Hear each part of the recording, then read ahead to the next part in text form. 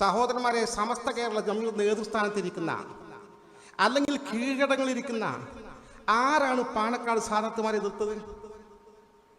അങ്ങനെ എതിർത്തിട്ടുണ്ടെങ്കിൽ സുപ്രഭാതം എതിർത്ത സുപ്രഭാതത്തിൽ മുസ്ലിം ലീഗിനെതിരെ അല്ലെങ്കിൽ പാണക്കാട് തങ്ങന്മാർക്കെതിരെ ഒരു വരി വേണ്ട, അര വരി എഴുതിയതുണ്ടെങ്കിൽ 10 വർഷമായി തെളിയിക്കൂ.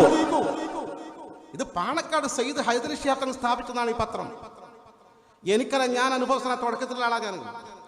ഇതിന്റെ പ്രഥമ ഫണ്ട് ഈ പത്രം വളരണമെന്ന് ആത്മാർത്ഥമായി ആഗ്രഹിച്ച ബഹുമാനപ്പെട്ട പാണക്കാട് സയ്യിദ് ഹൈദരലി ശിഹാബ് തങ്ങൾ അവർ പരപ്പനങ്ങാടി നടന്ന മുഅല്ലിം നേതൃസംഗമത്തിൽ വെച്ച് ആ സംഗമത്തിൽ വെച്ച് അതിന്റെ പ്രഥമ ഫണ്ട് സാധന പാണക്കാട് ഫണ്ട് ഇങ്ങോട്ട് വാങ്ങിയിട്ട് ഉദ്ഘാടനം ചെയ്യലാണ്. ഇത് തങ്ങൾ പറഞ്ഞു, ഞാൻ തരാം തുടക്കത്തിലുള്ള ഫണ്ട്, തങ്ങളെ ഫണ്ട് തന്നിട്ട് പറക്കത്തിലുള്ള തുടക്കാണ് ആ തുടക്കം. സാദിഖ് അലി ശിഹാബ് തങ്ങളെ വിമർശിച്ചിട്ടില്ലെന്ന് SYS സംസ്ഥാന വർക്കിംഗ് സെക്രട്ടറി അമീദ് ഫൈസി അമ്പലക്കടവ്.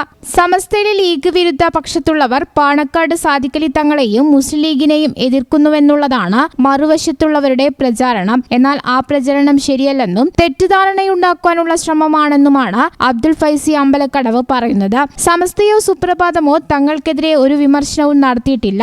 ഉണ്ടെങ്കിൽ അത് തെളിയിക്കുമെന്നും വളാഞ്ചേരി നടന്ന SKSF ആദർശ സമ്മേളനത്തിൽ ഹമീദ് ഫൈസി പ്രതികരിച്ചു.